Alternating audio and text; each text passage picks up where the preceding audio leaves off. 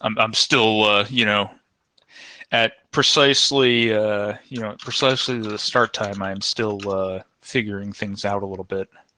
So, thank you, Mike. Mike English has graciously volunteered to help with the notes.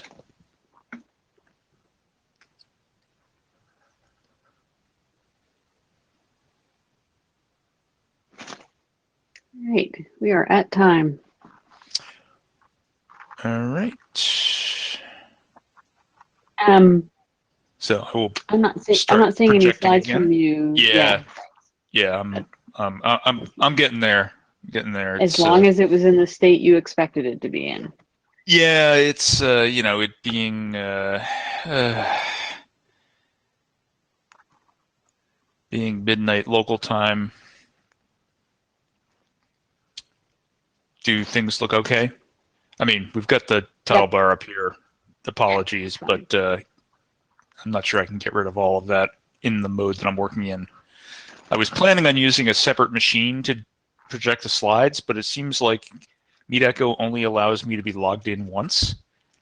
So we're going to do it this way. Cool. So,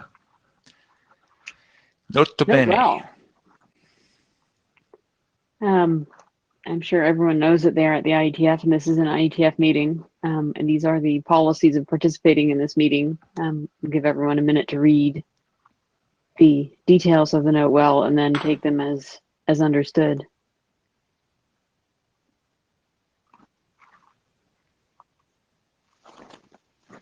I mean, you all know the gist here, right?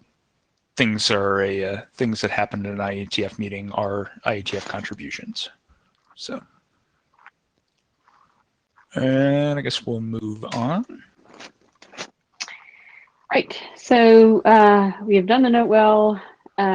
Before we get to bashing the agenda, do we have and/or need a Jabber scribe? I'm so Jabber challenged these days. I don't even know where we're at with that. Do we have a volunteer to be a Jabber scribe? So does the chat in MeetEcho still connect to the Jabber room? Is that still a thing? Fabulous. All right. So, Chris Lemons has graciously volunteered to be our Jabber scribe. So just remember to prefix your comments with Mike if you would like him to repeat the comment in audio. Yeah. Awesome. Okay, and we have a minutes taker lead in the form of Mike English. Thanks again. So this is the agenda as it was published on the website and as it was shared on the mailing list. Any final bashes to the agenda?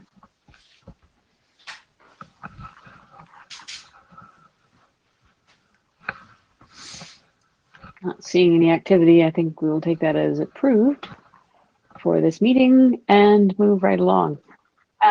Okay, so first thing in the category of experiences with, the category of experiences, so many experiences with video, we actually have MeetEcho here to talk about their experiences from IETF 108 and since 108. So I think you can pull up Lorenzo's slides, and Lorenzo, if you would take the floor.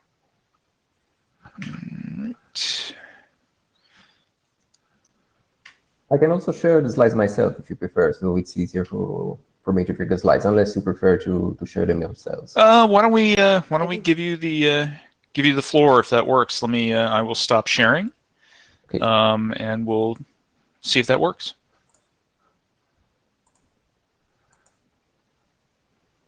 Yeah, you should see it now. So I have a separate screen for the slides, so I should be able to also monitor the Jabber room at the same time in case there are any questions or feedback. Outstanding. Okay, can I start or? Okay.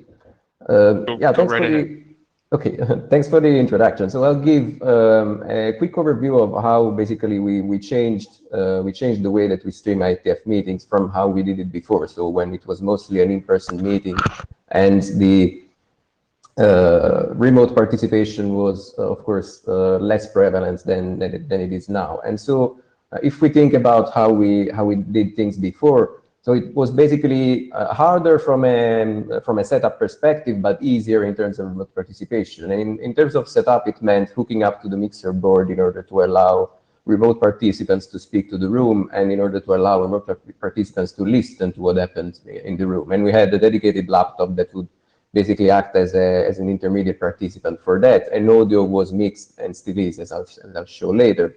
For video, we would have a camera in the room, a controllable camera that we could use to monitor what was happening at any time, focus on the mic line and these kind of things, and the splitter that would capture the feed from the projector, and both would be captured by a Raspberry Pi in the room and streamed to our WebRTC server via plain RTP. So it was a quite easy thing to do, because basically a plain RTP stream would become a WebRTC broadcast as part of this. And at the same time, of course, when we had remote participation, this happened through an SFU approach, and I'll spend a few more words about this in a few seconds. But in principle, it meant that we could have a separate laptop in the room hooked to a second screen, so that anytime that we had a second speaker, a remote speaker presenting, we could basically subscribe to them, as all remote attendees were doing, and show them in this additional monitor.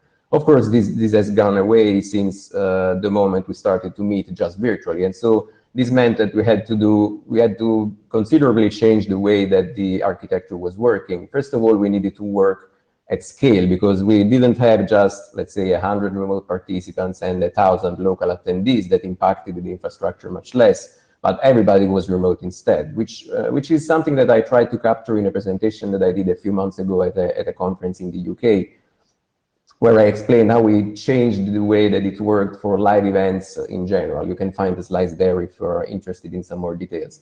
But everything at the foundation is based on our own open source WebRTC server that is called Janus. And it's completely open source. You can find some links there if you want to play with it. And we conceived it as general purpose because it's, let's say, very modular in terms of how things are conceived in terms of functionality they provide. And I'll show that we actually use 3 different plugins in Janus for the IETF meeting itself. And since we wanted things to happen at scale, we also started from some considerations that were part of my PhD thesis a few years ago, which was basically how to achieve large-scale broadcasting via WebRTC in the first place in an architecture that we called Soleil.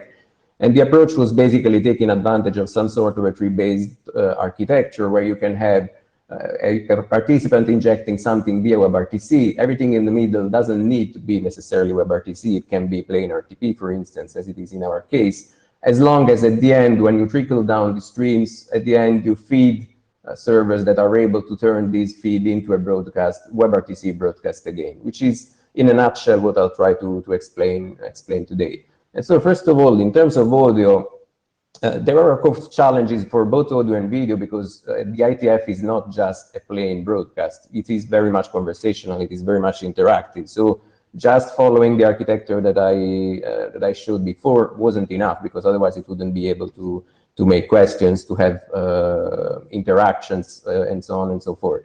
And so we basically took a couple of different approaches for audio and video. And for audio in particular, we chose a mixed approach instead, following pretty much the same thing that we were doing before we changed the event, because at the time it was mixed as well. But in this case, we chose a slightly different approach, and we learned a bit from how podcasts worked during the pandemic, because they became even more popular during these past months. And of course, everybody was remote in that case. The podcaster was remote, the guests were remote, and the audience was remote as well. And of course, WebRTC is definitely a good fit for the conversation part, because it's easy to have a chat using your browser. It's what we are doing right now. But in principle, broadcasting can be done via WebRTC as well. And there are a few advantages of having everything mixed. So first of all, it's easier to broadcast and distribute. It's easier if you have some participants that are struggling with the network, and so can always rely on a single, at least at the very least, on a single audio mixed stream that would consume very little bandwidth.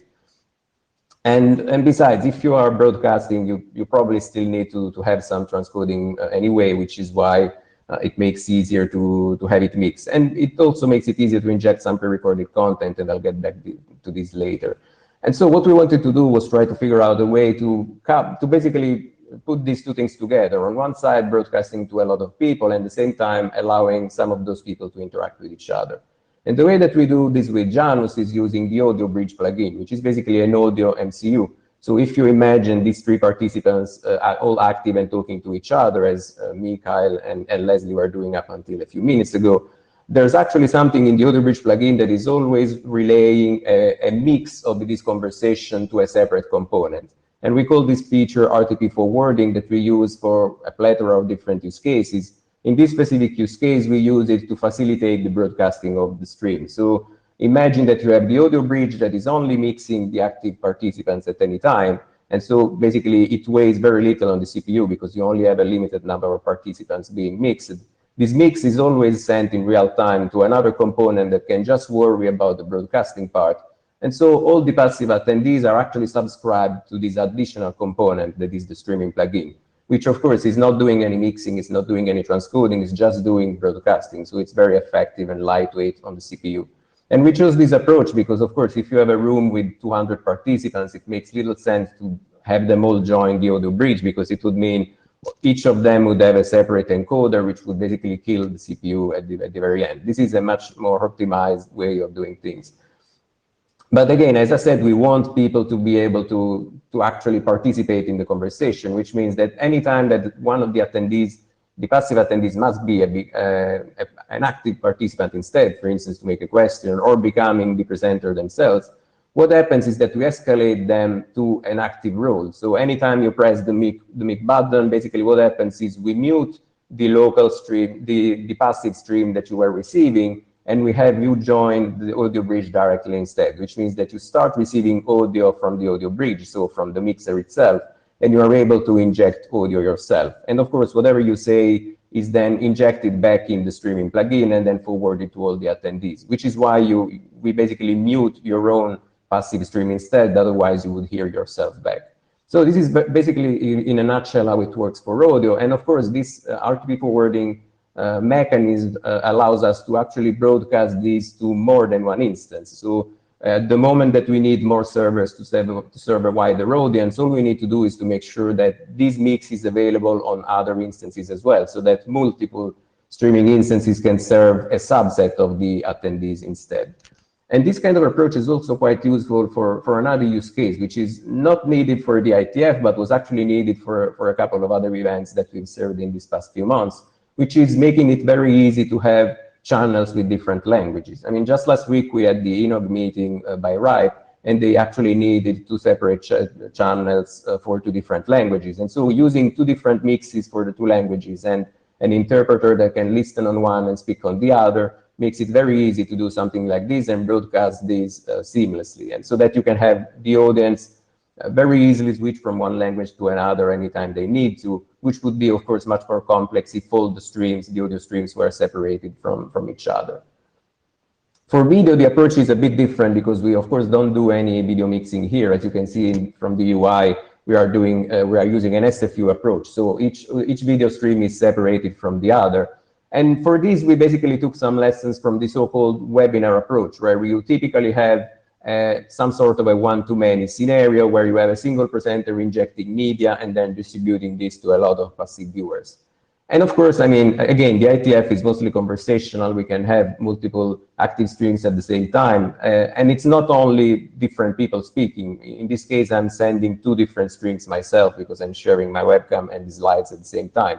And so, of course, you need to take this into account. But if you look at it from an architectural perspective, you can see each video stream as its separate broadcast. So each video stream is a one-to-many broadcast, if you want, that is then tied together from an application level perspective from the application itself. So it's the application that knows that my webcam and the screen from the webcam from the screen sharing need to be part of the same application. But in terms of how they flow into the architecture, they are actually separate broadcasts that can be then scaled separately as well.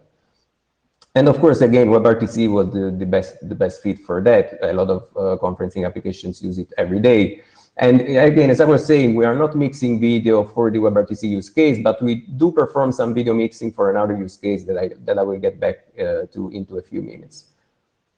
And so for video, we are using a different plugin. So we are not using the Audio Bridge plugin that only does audio mixing, but we are using the Video Room plugin, which is an SFU instead. So it basically just relays packets, which means that if we have a participant publishing media in a video room, then other participants can subscribe to this stream if you want, which is basically how all these SFUs work.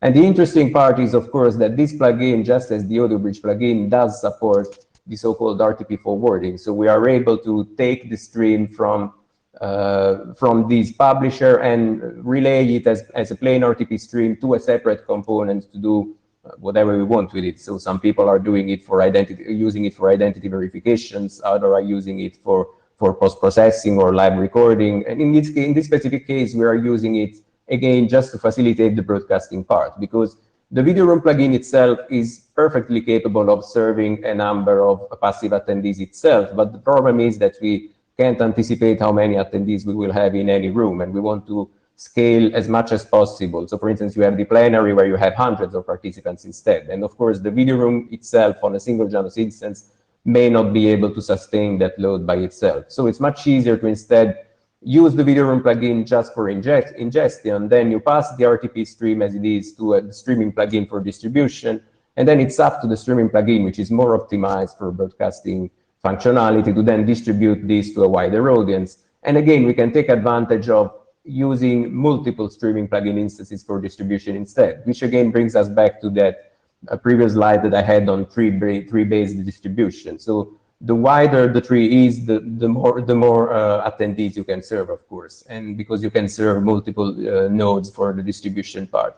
And of course, since we are just working with plain RTP, it's also very easy to distribute without actually using other WebRTC components in the middle, as long as you have WebRTC functionality on the edge, which is what we do. And so from a functionality perspective, as I was saying, video can be treated as multiple one-to-many broadcasts, which is exemplified in this very ugly picture that you see over here. So in this case, we have two different participants injecting video, and they are also talking to different video room instances, which isn't happening in this setup of the ITF, but will probably happen soon. In this case, you have then both participants injecting their own stream, which is then distributed to all of those 4 distribution nodes that you see, and the same happens for the both of them, which means that from an audience perspective, it really doesn't matter that it's different participants and that they are being fed to different instances. They are both seen as 2 separate streams that they are receiving from the same server they are connected to. So it's quite an effective way of distributing streams without worrying too much about tying the 2 streams together. So it's, again, very different broadcasts that we can distribute their own way. And so bringing it back in an even uglier picture than before, this is how it looks in a nutshell. So you have active participants connected to the Audio Bridge for speaking and to the Video Room plugin for sending their own video streams.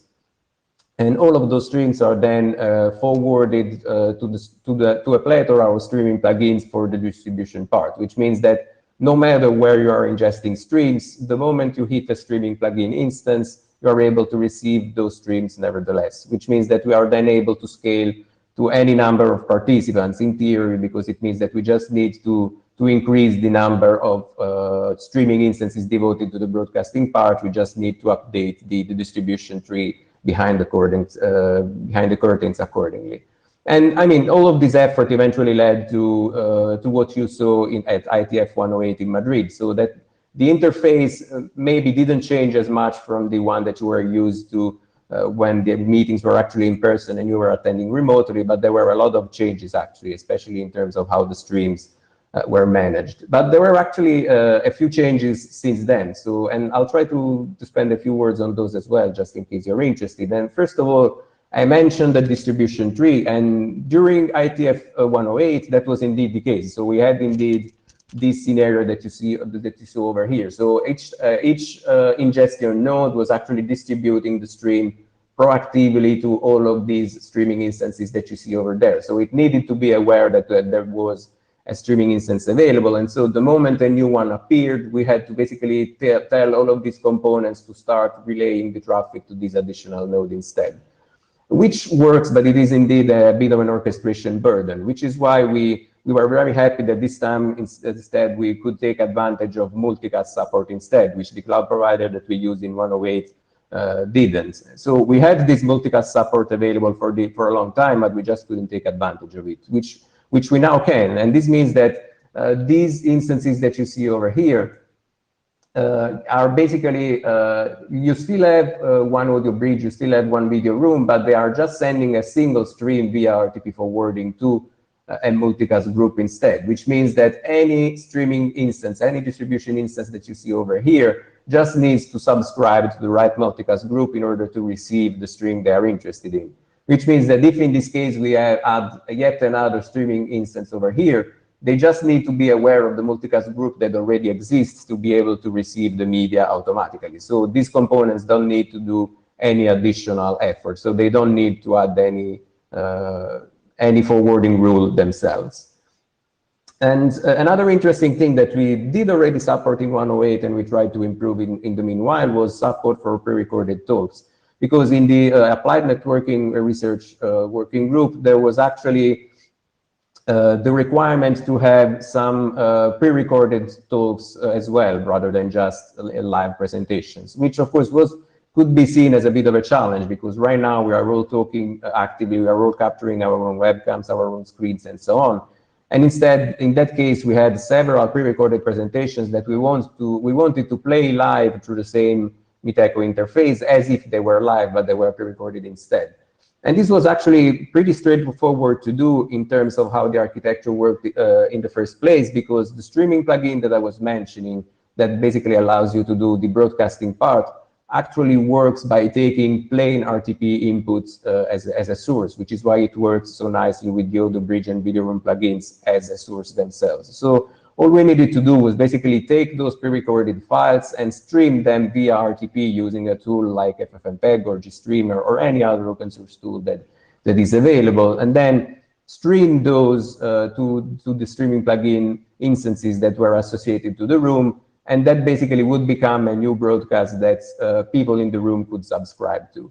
There was a bit of an issue here though, and specifically the fact that for pre-recorded presentations, in this case, audio was going through the streaming plugin instead, which is why people rightly complained about the fact that the volume controller in the Meet-Echo interface was not working for them in that case. And that was indeed expected, because the volume slider that you see in the room only acts on the audio that you are receiving from the mixer, so from the audio bridge. And in this case, we were bypassing that component, which made for a slightly awkward experience.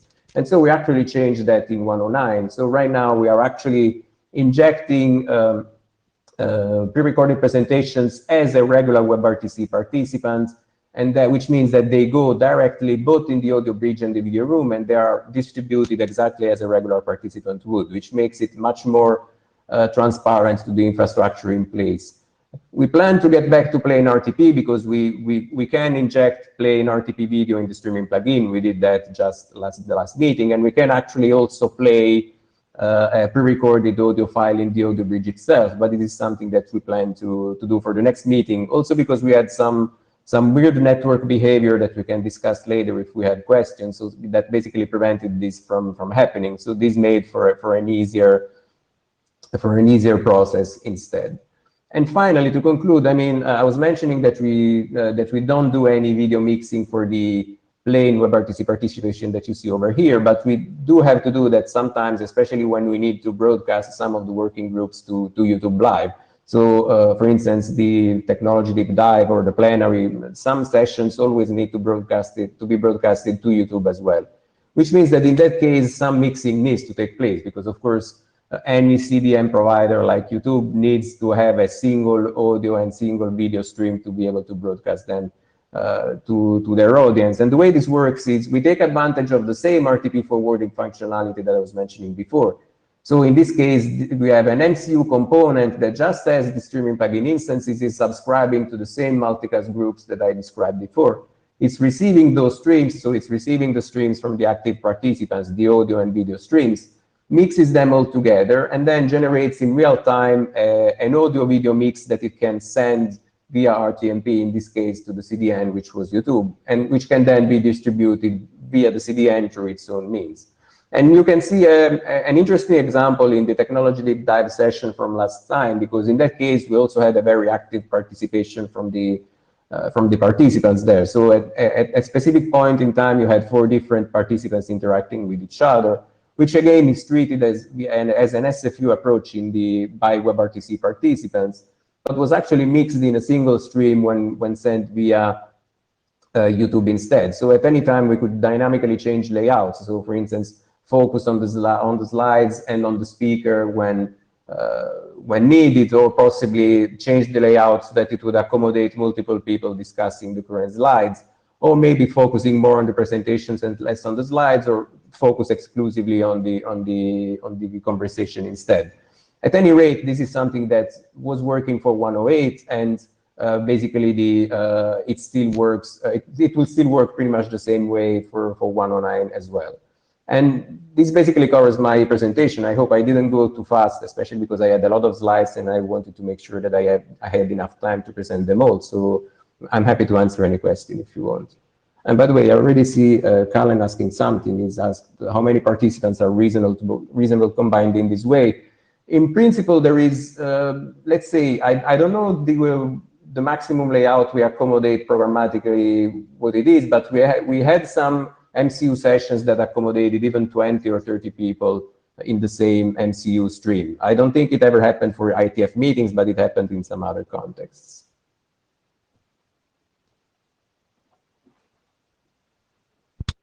All right. Any questions? Anybody want to get into the queue? I say Jake asking what happens if we all turn on our mix. I mean, in theory, it's just about 40 people in here, so it should just work. But of course, the more people you have active in the same audio bridge instance is of course going to weigh a bit harder on the CPU itself, which is why we tried to optimize things as much as possible and broadcast as much as possible, rather than everybody turning on their mix, which of course also makes little sense because 40 people talking at the same time is going to be chaos anyway. So.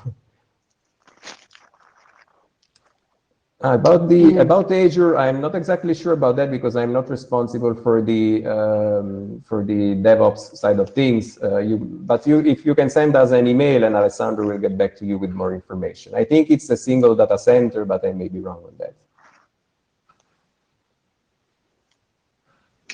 So a question for me. I'm curious how much of this gets architected and fixed for a given event, or how much of it is dynamically configurable on the fly.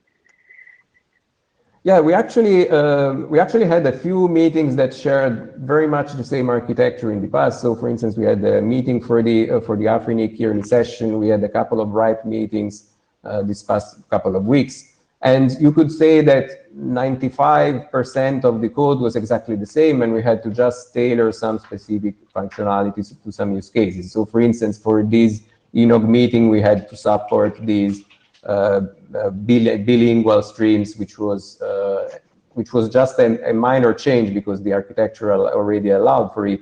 And most of the times it's just visual changes. So it's a matter of adapting the user interface for some specific things or some functionality that are very much specific to some use cases. Because, for instance, the virtual ham functionality that we had in 108 was very much an ITF requirement and was never needed for any other use case. The functionality that we have here for raising your hand may be more generic and so may be reusable in other contexts, but is again something that we started working specifically for the ITF instead. So as far as the audio-video distribution is concerned, it's very much the same in all contexts, and so that part is basically reusable in several different contexts. Cool. And I see there's a question from Jake. Is there a write-up? Jake is asking if there is a write-up on the multicast setup in the cloud, and this was in Azure. Yeah, basically, the setup that we had in 108 was, I think, using Google Cloud Servers, and we do know that setup didn't have multicast support, at least at the time, while instead Azure does support it. And again, Alessandro can provide more insights about specifically why Azure supports it now and how we could take advantage of it. But this was definitely the first standard that we could.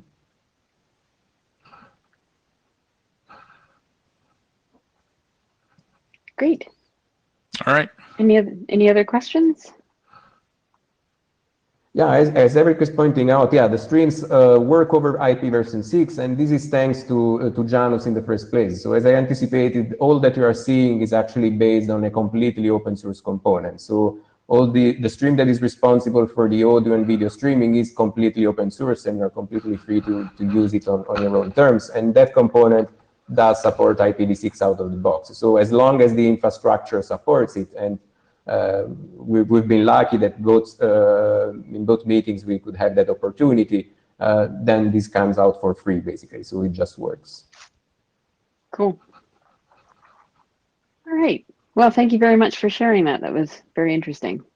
No, thank you for having me here. It was a nice opportunity. Thank you. Good. All right. Not seeing any other questions. Moving along in our agenda, which I know I have here somewhere, or maybe Kyle's about to pull it up. Woohoo! There we go. Yeah. Great. So next one is media operations use case for augmented reality. Let me pull that up.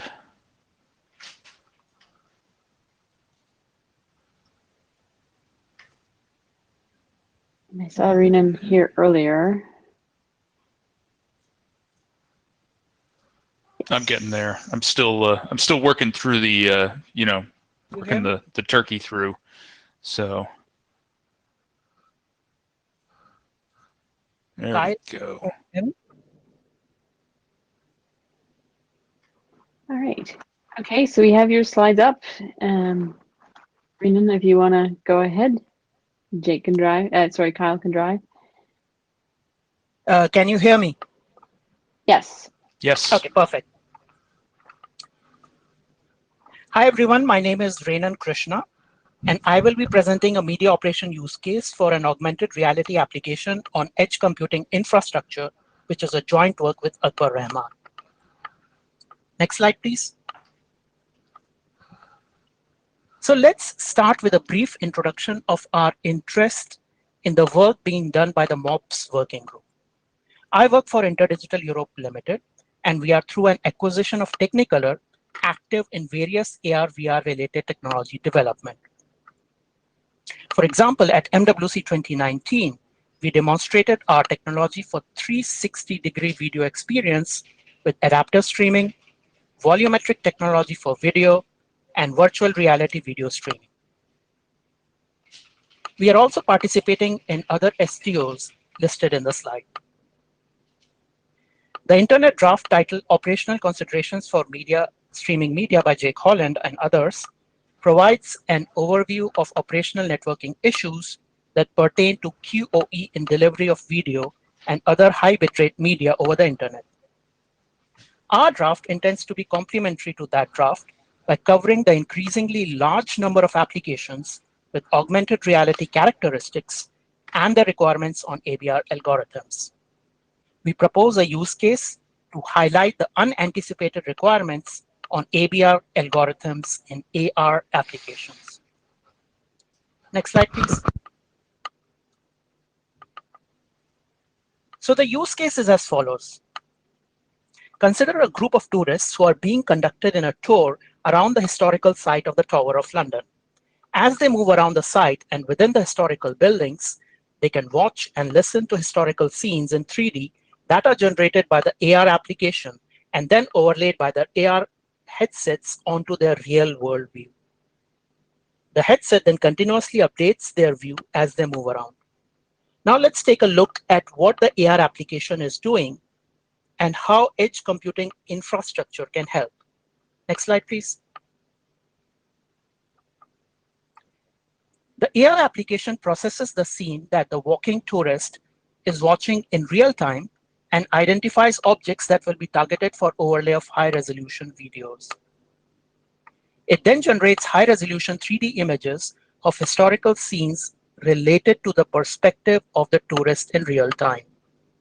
These generated video images are then overlaid on the view of the real world as seen by the tourists. In order to achieve hard timing constraints of a few milliseconds, computationally intensive tasks can be offloaded to edge devices. The edge device providing the computation and storage is itself limited in such resources compared to the cloud and can be overwhelmed by a sudden surge in demand. Additionally, the throughput to the user over the wireless link will suffer. The user will perceive a fall in QoE of the video being rendered on her AR device. In such a scenario, the client AR applications will need to use adaptive bitrate algorithms that choose bitrate policies tailored in a fine-grained manner to the resource demands and play back the videos with appropriate QoE metrics as the user moves around with the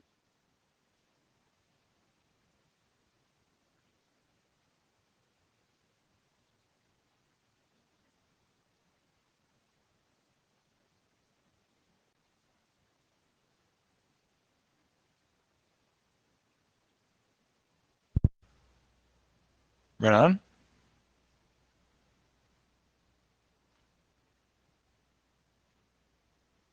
Yeah, I can't hear his audio. Try reconnecting your audio. The little recycle icon in the lower right. Can you hear me now? Yes, you're a little quiet. Okay, I'll try and speak up. Yeah, no, it sounds fine now. Okay. Okay. So should I go Next through slide. the We got right to the end of the slide and then your audio cut out. I thought you were doing some sort of like pregnant pause kind of thing. Sorry about that. Okay, No, so no worries. So let me go through the last part of the slide. So in a scenario as shown in the previous slides, the client AR application will need to use adaptive bitrate algorithms that choose bitrate policies tailored in a fine-grained manner to the resource demands and play back the videos with appropriate QoE metrics as the user moves around with a group of tourists. So let's take a look at the requirements imposed on ABR algorithms by the use case. Next slide, please. So the first requirement is offloading computationally intensive tasks to the edge. Offloading to the remote cloud is not feasible for applications with AR characteristics, as the end-to-end delays must be within the order of a few milliseconds. In order to achieve such hard timing constraints, computationally intensive tasks can be offloaded to edge devices. So this is essentially making best of the best effort service of the internet. The second requirement is using AI ML-based mitigation techniques to select appropriate bit rates. Learning models developed in situ rather than simulations are more accurate in their adaptation decisions. Next is dynamically changing ABR parameters. The ABR algorithm must be able to dynamically change parameters given the heavy tail nature of network throughput. In such distributions, law of large numbers works too slowly. The mean of sample does not equal the mean distribution, and as a result, standard deviation and variance are unsuitable as metrics for such operational parameters. Fourthly, handling conflicting QoE requirements.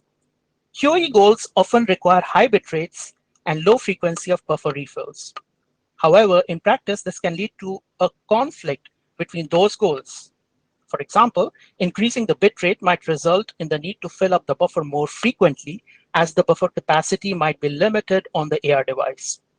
The AR algorithm must be able to handle the situation. Finally, handling the side effects of deciding a specific bit rate.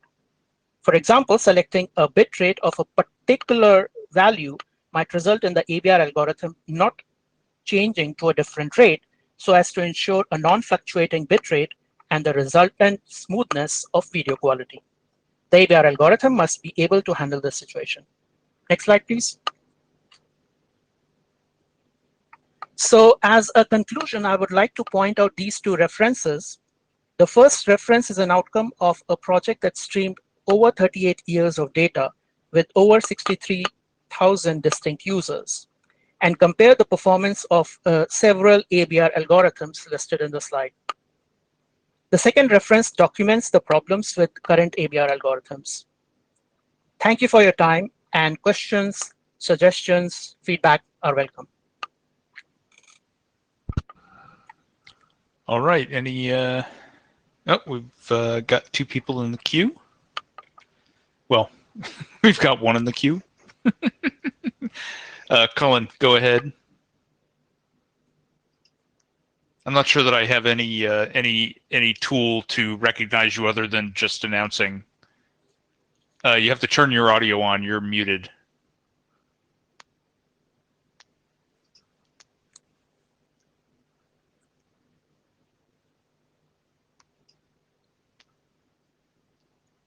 Still muted. Yeah, Colin, you're still muted. I think with the new Meet Echo interface, you need to unmute yourself. It's the rightmost icon right underneath your name.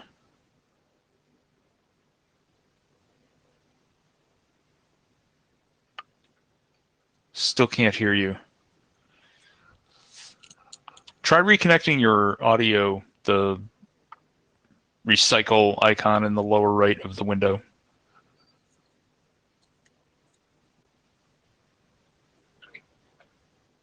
Yep.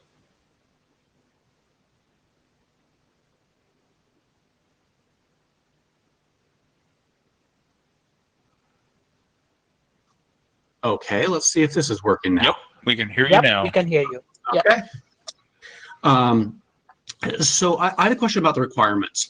I've heard I mean, this few millisecond requirements, I see it quoted regularly, but I do work a lot with these devices, and I don't understand where that comes from. Could you walk me through that a little bit more? I mean, I understand why when you rotate your head, you need to update your display at probably over 150 hertz, but I don't understand why that means the video flow needs to be that rapid. Can you walk me through that requirement a bit? Yeah, no, that's a very good question. And I actually agree with your observation that the devices themselves are quite fast these days. The problem is actually the fact that you have to do a lot of processing in these devices to overlay the scene that the viewer is viewing with something like we are envisaging a historical figure, for example. And to synchronize that with the view of the observer is quite challenging. And at the same time, you're saying have doing the SLAM computation, when you say, I don't understand. Like I want to dig a little bit more detail into that. But what is computationally intensive these devices are doing? Is mapping their location in the real world or rendering the video? Yes, so both. So they're Okay. mapping the location of the objects and identifying the objects in the real world, and at the same time, they are trying to overlay an object onto that image in the real world in a manner that looks natural to the user. Sure.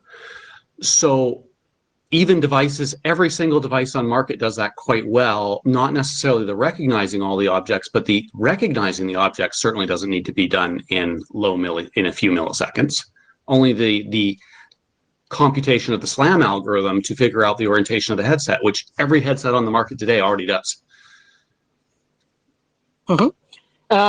Okay. Yeah, so no, absolutely. I think the problem that we envisage is that when you have a lot of users all simultaneously looking at a particular scene, and you have to do that sort of processing in real time, there is a problem there, because there is sometimes a requirement for a huge computational resource near the AR/VR headset to be able to process that kind of thing. Whereas what would we that? are, and besides, I mean, that's why I keep hearing about this. I'm not sure what it's computing. That's the thing. I'm never sure what that edge resource is actually computing. Yeah. So the first thing that they are computing is essentially the perspective of the user, and what are the objects that the user are seeing. So there is a computation that needs to be done to recognize the objects. Once you have recognized the objects, you need to be able to render a particular object that you need the viewer to see overlaid on the scene. So that's a lot of computation. And often as a result of just these 2 bits of computation, the headset tends to start getting hot. It might be draining on the energy resources, etc., etc. Okay. Thanks for helping me understand that. All right, thanks. And Jake. Hi, Ronan. Thanks for this. It was an interesting document. I'm curious, are the sort of requirements described, these are based on a particular set of systems? Like, is it defined whether you're using point cloud for the overlay of the AR objects, or whether you're trying to render a video from a point of view that's part of this? Or are these like 2 possible implementations of the same kind of user visible feature, or and are the requirements different between them, or what exactly? Yeah, thanks, Jake, for that question. At the moment, we are looking at the general set of problems. So both of those implementations are included in our set of requirements. But as we go deeper down, let's say picking one technique over the other, we will have more specific requirements. But this document was essentially looking at the big picture. Really didn't really go into very deep specifics of what particular algorithm or what particular technique we are using. But definitely point cloud, viewport adaptation, all those things are at least at the moment part of the requirement. But as you go down that particular branch of technique, you will need some specific requirements for those as well. Yeah.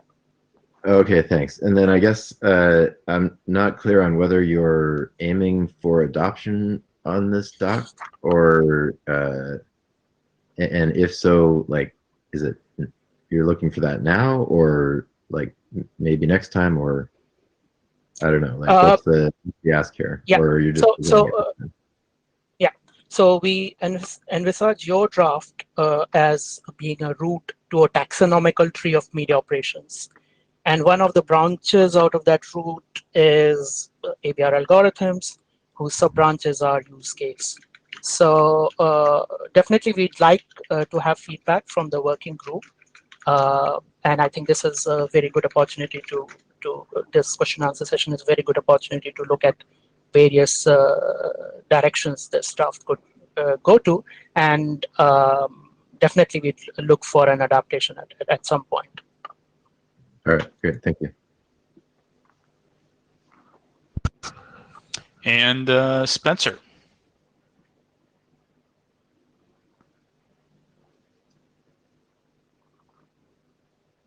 If you're speaking, we cannot hear you.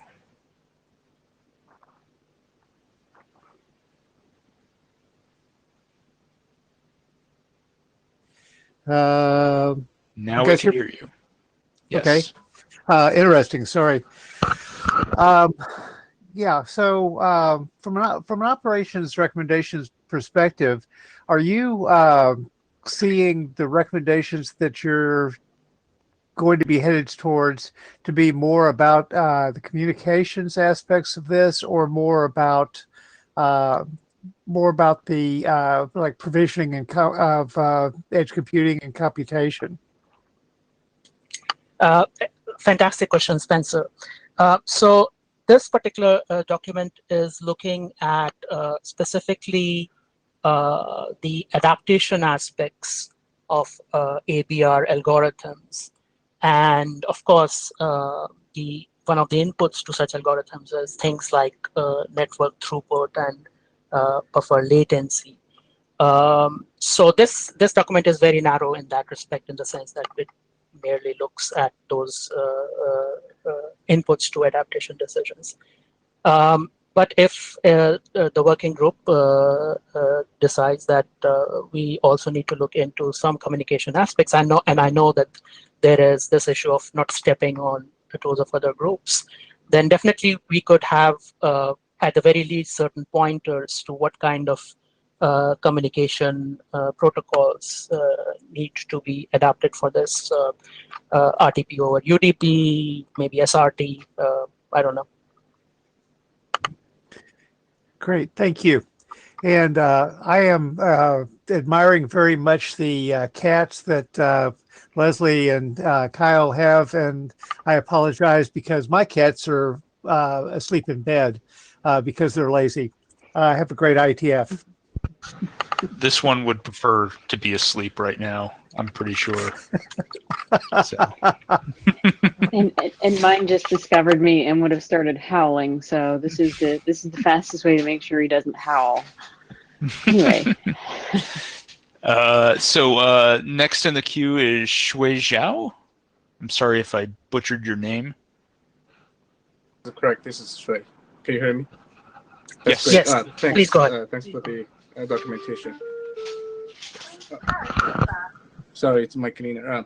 I'm just looking at the ABR parameters, the algorithm. Would that be specific to AR? I'm trying to understand the algorithm's difference for AR, VR, or 360 videos. Can you be more specific on that? Excellent question. So with applications such as AR and VR, the problem is that the various parameters that such algorithms take, most importantly network throughput and the size of the buffer, they change very rapidly in such use cases as the user is moving around, and often this is referred to as volatility of the conditions. So associations between various logical associations between various software components break up and then form again. So so the problem is specific to AR and VR use case in that there is a very rapid change in these parameters, and so the input to the ABR algorithm is changing very rapidly because these parameters are changing very rapidly, and the ABR algorithm needs to adapt accordingly. So as opposed to the traditional scenarios where the parameters are changing but not as fast as in an AR/VR scenario.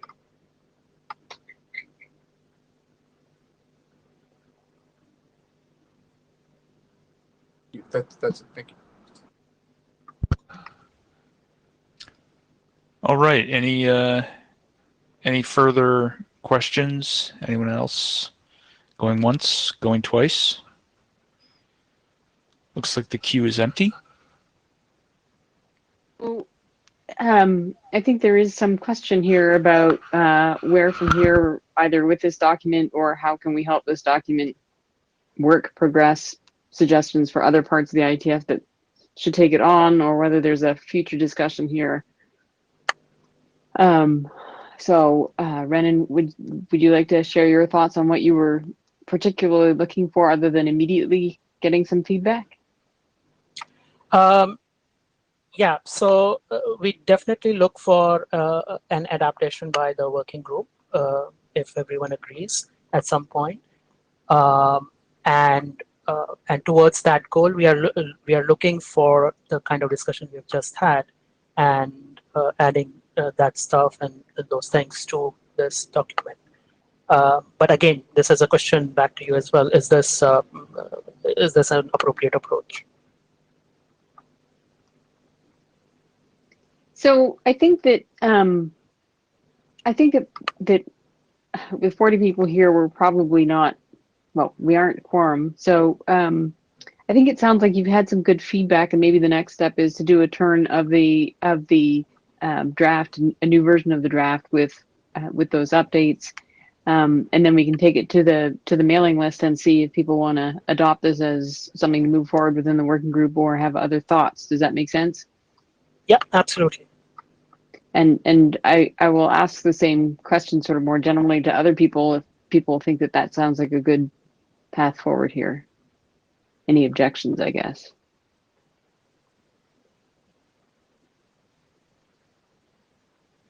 And I am not hearing any objections, so let's do that. Great. Oh, Spencer, you're in queue. I was just asking if it looked like that you were going to be identifying any changes to internet protocols that are used here, or is what you're expecting to be doing mostly in the operations recommendations space? Again, fantastic question. So from our perspective, we would like to do both. The question is that is Mops working group the appropriate working group to do the protocol bit, or is it just that we identify the operational issues that lead to certain questions that can then be taken to other working groups? So my answer is the latter. We'd be happy to do both. Okay, so the latter. So I suppose we'd be happy to identify operational issues that then lead to certain requirements for communication protocols. And as our internal project, definitely we are interested in the protocol bit as well. Cool. Thank you so much. Thank you. I think that it will work well for this collection of people to help work through the operational aspects and also thereby bring clarity to the protocol questions to take to other working groups. So the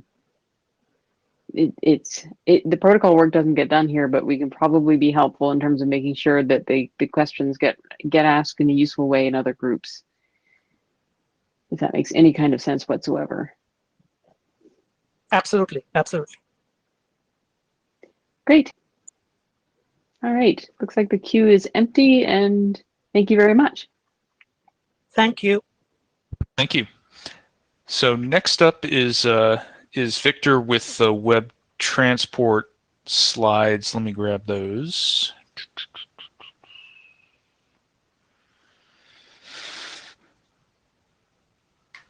See, if I were smart, I would have had them all loaded up, but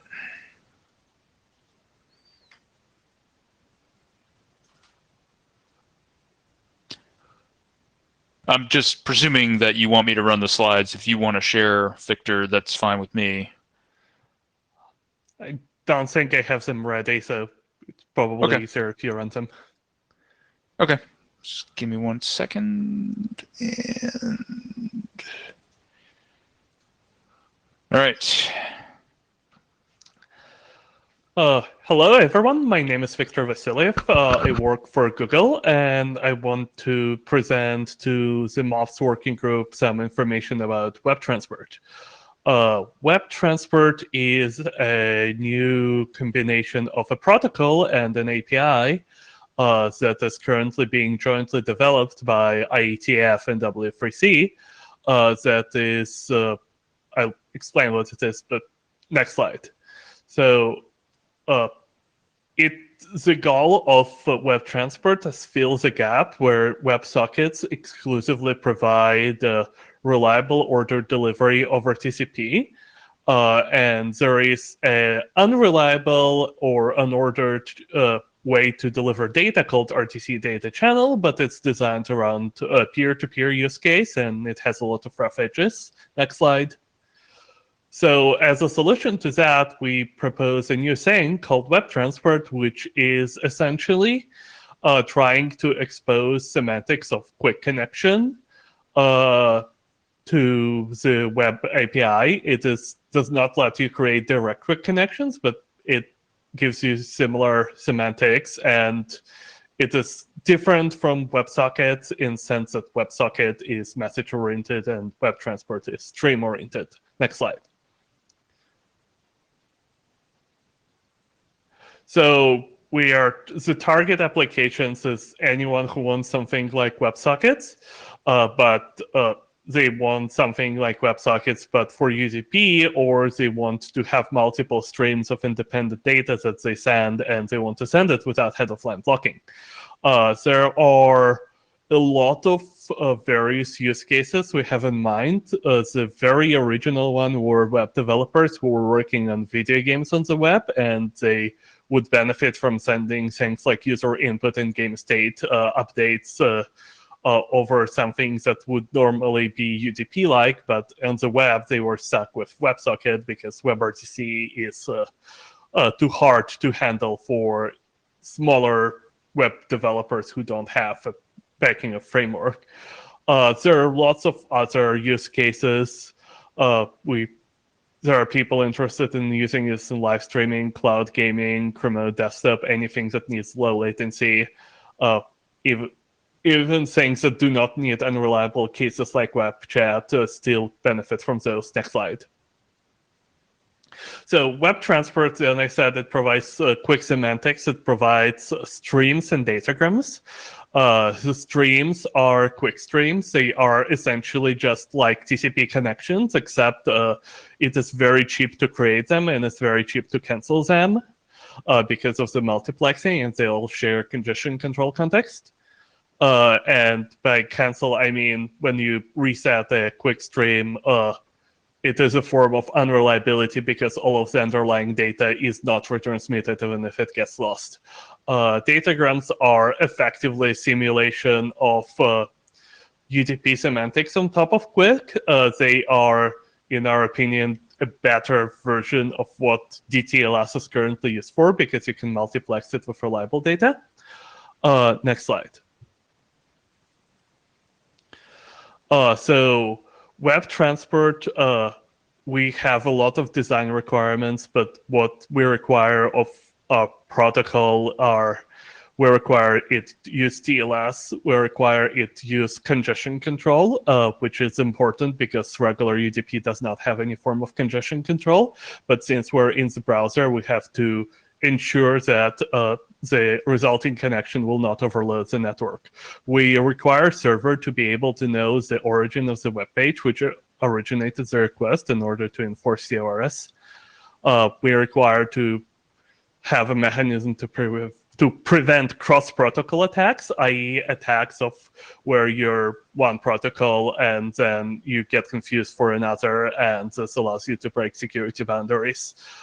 We require this thing called consent to send data, which is effectively the server has to continuously indicate to the browser that it still wants to talk to the client, and that is important because if you do not have that, it is very easy to use your API for a DDoS attack.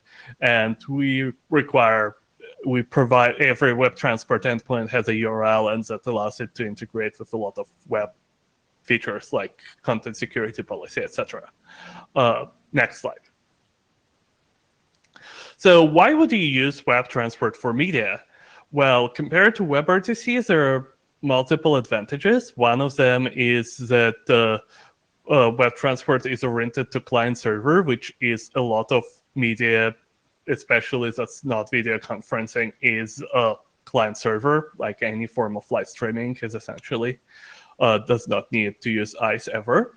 And the second is that you can build on top of existing infrastructure built for quick. For instance, Google and a lot of others build quick libraries because they want to do HTTP free. And that means any improvements that we make to our HTTP stack, to our quick stack that for sake of improving HTTP can also be used for improving any media delivery. This is in contrast to things like RTC data channels, where they use HTTP in user space, which is effectively limited to RDC data channels, so you do not get a lot of code reuse from that.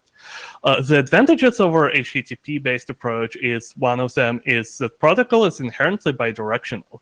That means whenever you want to push a media chunk, you do not need to send a request and then get that media chunk. You can just push it, and that simplify things.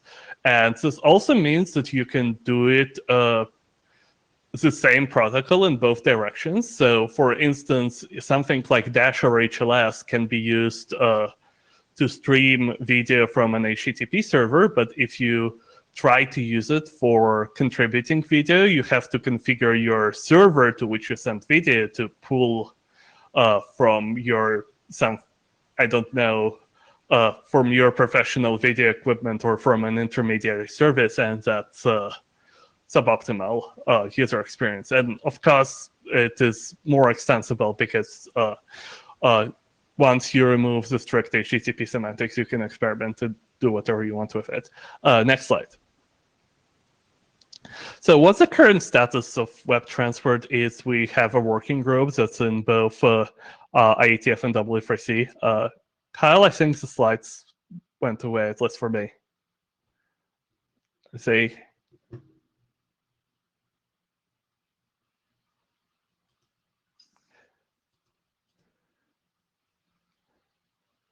Kyle's back.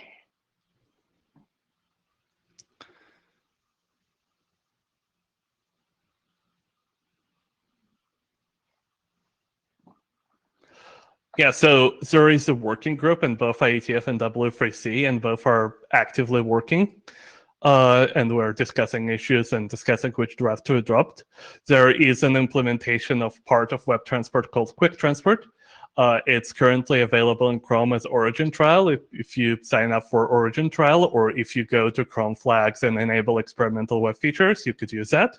And we appreciate all feedback, and there are some links on the GitHub repo for API spec, and there's a web.dev article on how to use this API. Next slide.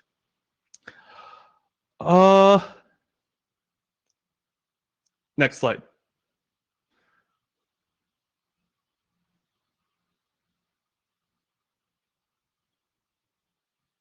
Not hearing you. And I think Kyle needs to recycle his. I'm not sure if he's even seeing the chat window. I'm gonna start making hand waving motions shortly. This will be fun.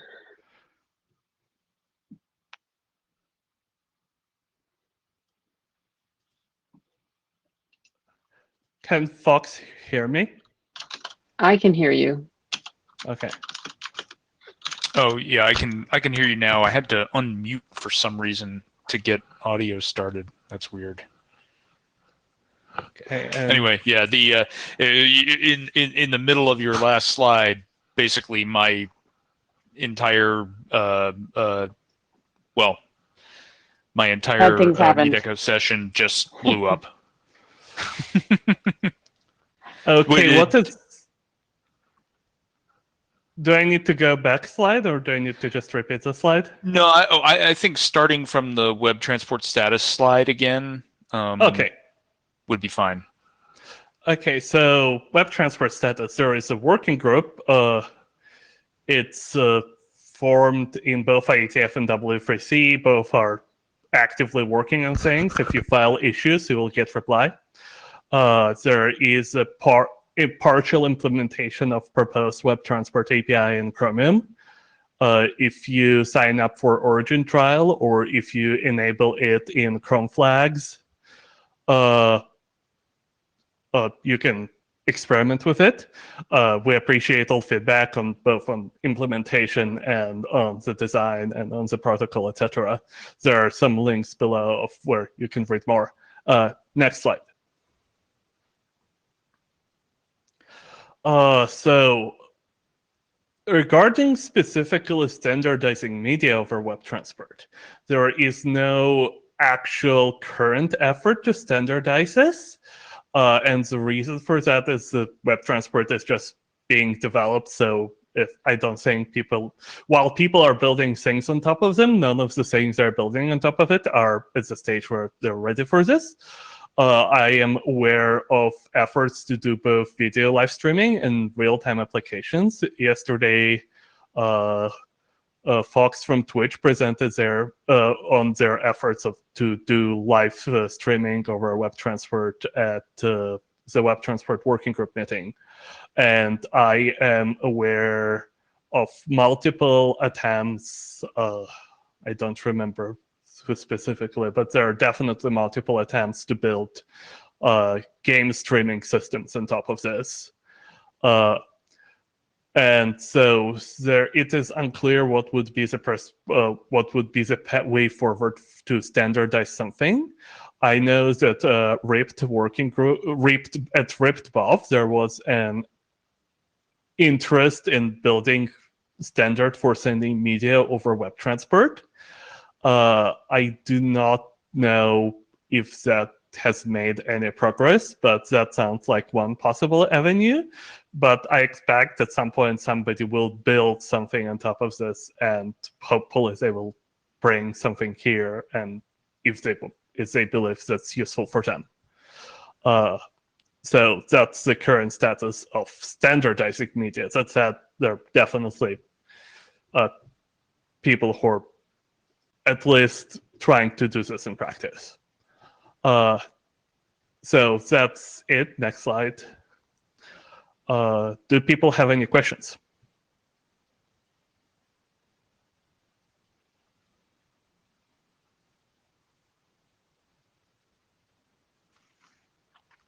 All right, Luke, go ahead. Hey, so I'm the guy at Twitch that gave the presentation yesterday. We're mostly exploring it as an HLS or contribution alternative, just as a way to reduce headline blocking. And it might be something that Twitch would be interested in trying to standardize as well. But we're still prototype stage. We haven't released it or anything yet. But yeah, I'd love to talk more about web transport as well. If anybody has any questions, I've been involved in the staff alpha and the working group pretty heavily now. Sorry, that wasn't a question. Interventions are allowed. Cool. All right, should we go along then to the next in queue? Mike?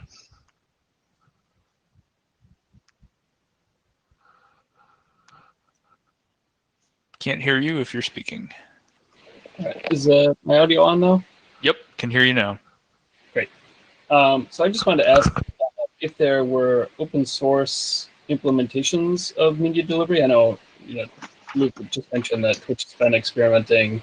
I've heard of a few others at the working group, but does anybody have sample code out there? For media specifically, I do not believe I've seen any sample code. That said, I'm thinking of everyone who I've experimented, but who I've talked to, and I do not believe any specific projects I've talked to are currently open source. Some of them might get eventually released as open source, but I do not believe there is a specific example. But even if you read the Web Transport Explainer, it has some examples of just how you could take a chunk of video and connect it to media source extensions. So that is like, to build something really simple is not particularly hard. But I do not believe there's any specific examples of sending media over web transports that currently work.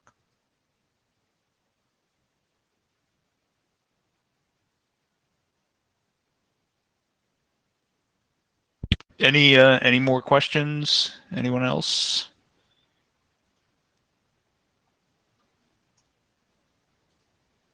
Going once, going twice. All right. Thank you, Victor. Great. That was really helpful. Thanks. I assume there are no more questions or remarks, so. Yep, I think we're good. Thank you. Yep, thank you.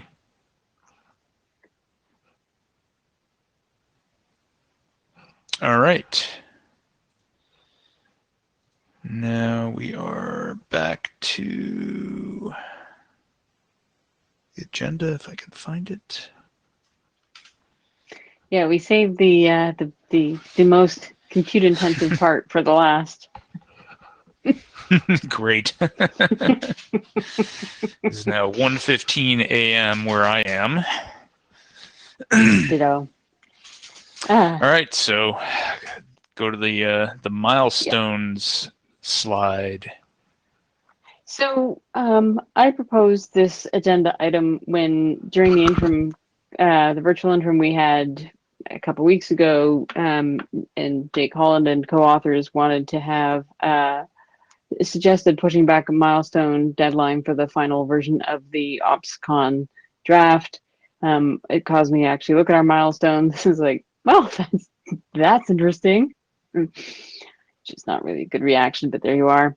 And so I don't think we're going to conclude a discussion here, but it seemed like this was an appropriate time to at least launch a discussion of whether or not we have the right milestones for this working group. And for the items that we haven't particularly embarked on, do we have volunteers or other thoughts? And why, yes, in case you're scrambling to find our charter and what are the darned milestones anyway. Next slide, please. Thank you.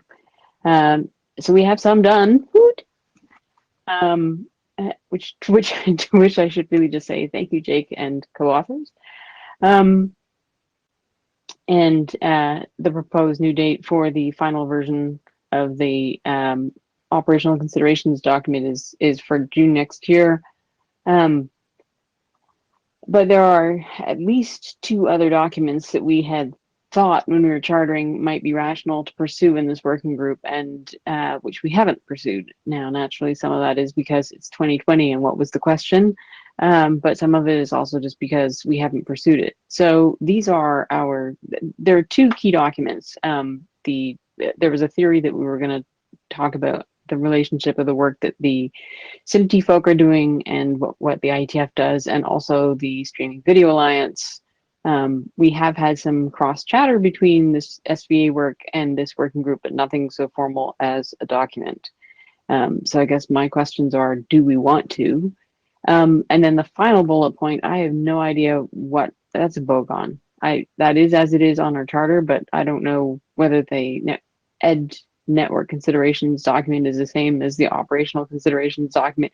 Anyway, it's a bogon.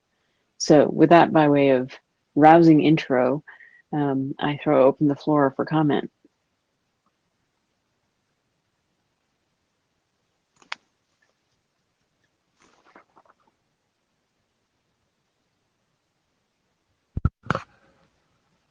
Jake, you're up.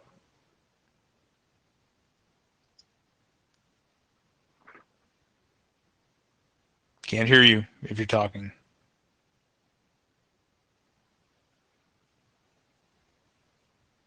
Does that work? Yes. Yep. Excellent. Unmute and yeah. I guess my first question is, do we have any insight into like how our milestones and the achievement of them will feed into the evaluation, which I think is A year from now. If I remember right, is a year from now, as to whether the working group will remain active or what exactly. And it looks like Eric is on. Thank you, Eric. Go ahead, Eric.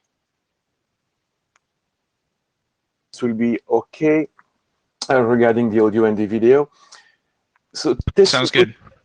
Good question, Jake. But on the other hand, there will be an evaluation indeed in about a year from now. Having documents was not the main goal of Mops. It was the documents here are more to document what we are doing and to basically have an archive and not to lose the time you spend specifically as an author, Jake, on this document. So there is no link really between achieving document publication and the survival of this working group. Now, having a document like yours that's lingering for years is not a good sign either. It's not lingering for years, right? But if it ever stands before going to the working group last call for years and years and years, then it's not a good sign. Yep. And basically, I'm confident it will be working group last call before the end of the year or early next year, right? So don't take it as a criticism there. Spencer, did you want to throw something in there? Mine was actually on a different point. I can get out of the way. You could let anybody who wants to follow up with Eric talk.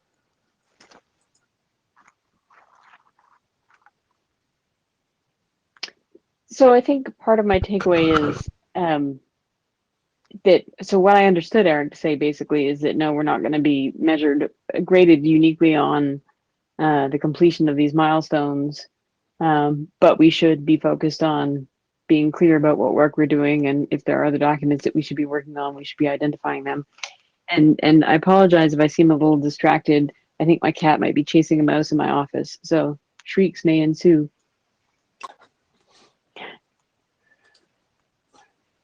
So if you don't mind, I confirm what you just said, Leslie. Having the right milestone now, having fuzzy milestone like there is on this charter, if you don't intend to work on SMT and SVA, simply remove them, right? There's nothing as bad as having a wrong milestone.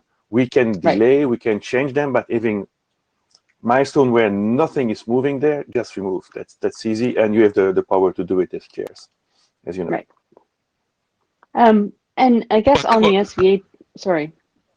Oh no, I was just going to say. I mean, it just we put these milestones in place for a reason, right? So I'm just sort of wondering if the reasons have changed. I don't think that's the case, and if it's just a matter of getting the energy of activation to get them started, right?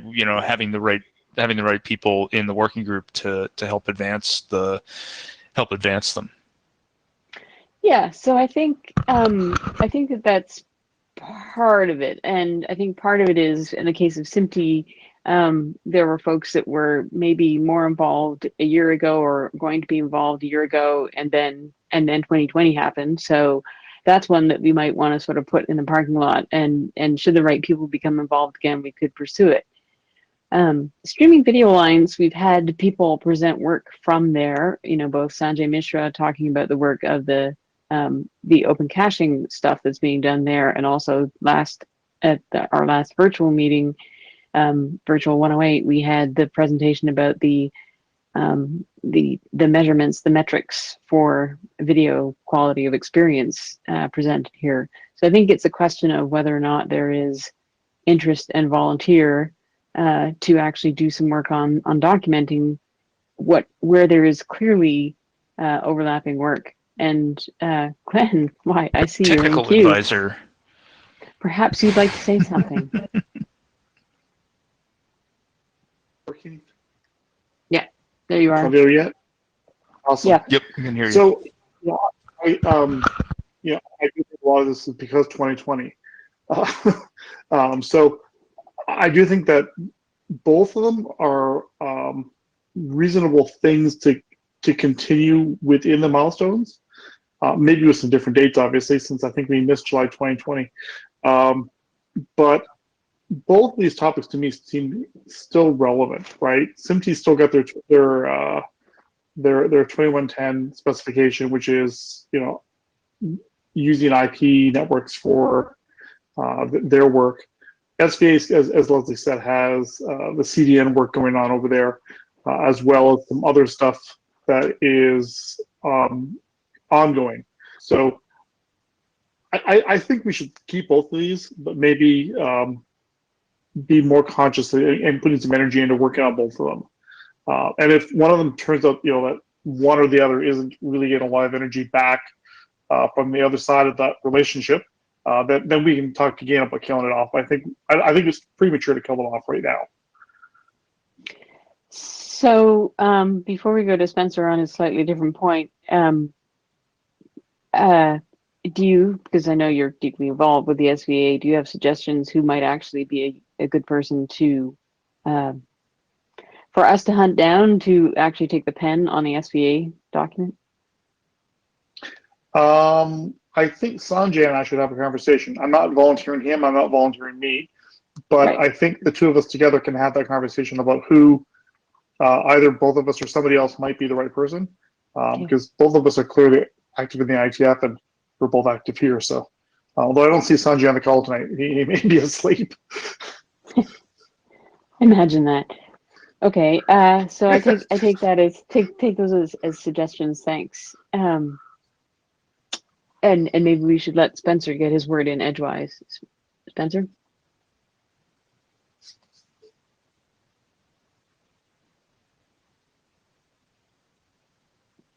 Okay, so I'm talking. Sorry. Yep. So I had a couple of things that popped up after I stopped talking a minute ago. But it seemed like to me that what we were talking about was two things in the in MOPS, and one was about operational recommendations, and one was about outreach to other forums. And I think both of those are really valuable, and I think that I mean maybe we're proving that this is actually true, but that the outreach is probably going to take longer to develop. So that's a good thing for us to start for a while before we decide how successful that's going to be. On the question about the edge networks, which is actually what I was thinking about when I pushed my button.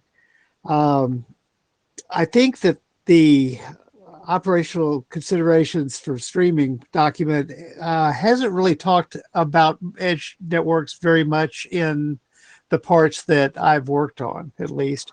I think that's a place where the edge computing topic that we were discussing a minute ago might reasonably fit. And that was why I was asking about, is this also about configuration for edge computing in support of video? That may be the kind of thing that would end up in that document that would not end up in the streaming considerations document. So that's a fair point. I'll simply observe that I flagged it as a bogon because it was a document that was being last called in our milestones without ever having had an initial draft or anything else. Yeah, but that's not a good sign. No, even the cats won't go for that. No, they'd rather hunt mice. So, I do think that there is a question then whether we want to have such a document as distinct from the operational considerations.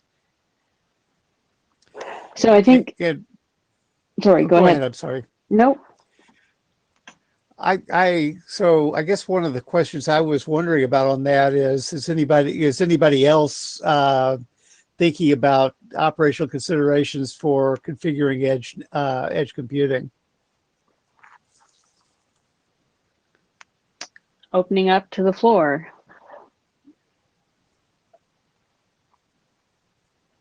Okay. Go ahead. Hey, this is Shui. Just kind of reply to Spencer. I think Spencer also knows. I think in FuturePP, there are multiple work on edge computing aspect, right? Mostly SA2 and SA6. I think in this work, pretty much close to S6 work, application level edge computing considerations. And I totally agree with Spencer. The current documentation missing lots of existing edge networking architectures, right?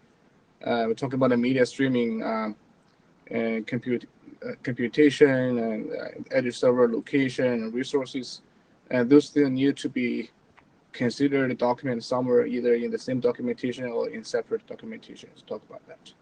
I mean, the current draft is too broad to to comprehend it, in my perspective. Is that okay, Spencer? I think.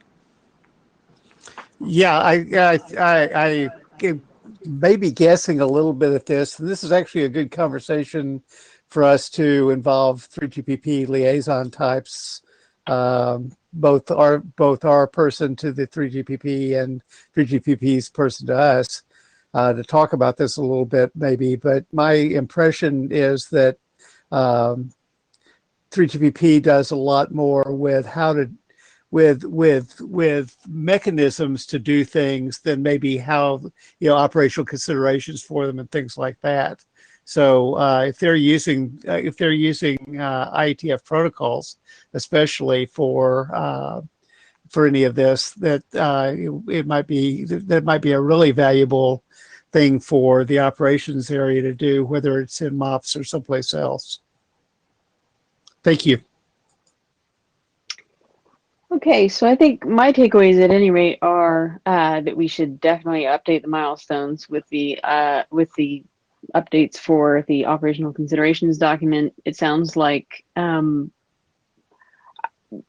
will propose something along the lines of pushing out the milestones for the SVA document and the SMPTE documents, and we can revisit at 110 whether or not there really is movement on the SMPTE documents, or if it's a dead option, and also to pull up some earlier milestones on the Edge network considerations document to see if we can get some work going there for an actual document separate from the operational considerations document. That's what I'm hearing from this discussion. I would propose that that's material to be proposed to the mailing list for further discussion. Does that sound right to you, Kyle? Sounds right to me. And throwing it open to the floor again, does that sound right to people? Any objections? Okay, you're hearing sounding right. Okay. Go ahead, Spencer. I was just going to say, I think I'd be happy to work on the Edge network considerations document with other people as well, of course. Awesome. Even better. Great, thanks. Okay. All right. Have we gotten to the all other business section of the meeting? Yes. And I agree with Chris Lemon's comment that given the amount of cross-pollination between the SVA and IETF, the SVA doc seems particularly useful. We just need to provoke it at this point, I think. Yeah. Yeah, so I think we are exhausted. We have exhausted our list of things. So yes, any other business? We're in danger of calling this meeting done. So if anybody else has anything else to say, now is the time. Oh, yeah, coffee. Not right now. Maybe if I wanted to stay up until 6. All right, going once. Beer is a different discussion. Yeah. Yes. Any other beer? Yeah. Yeah, I think that might make a good April 2021 RFC, April 1st RFC. We can but hope. Yeah. Great. Well, All thank you right. very much, I think that's everybody, it. everybody for coming out and playing. I think it was a good discussion. I'm hoping that my cat is asleep under my desk and hasn't actually found a mouse. Well, it's better than the time they found a bat. That was really bad. But anyway, thanks everybody. All right. Thank you all. Thank you.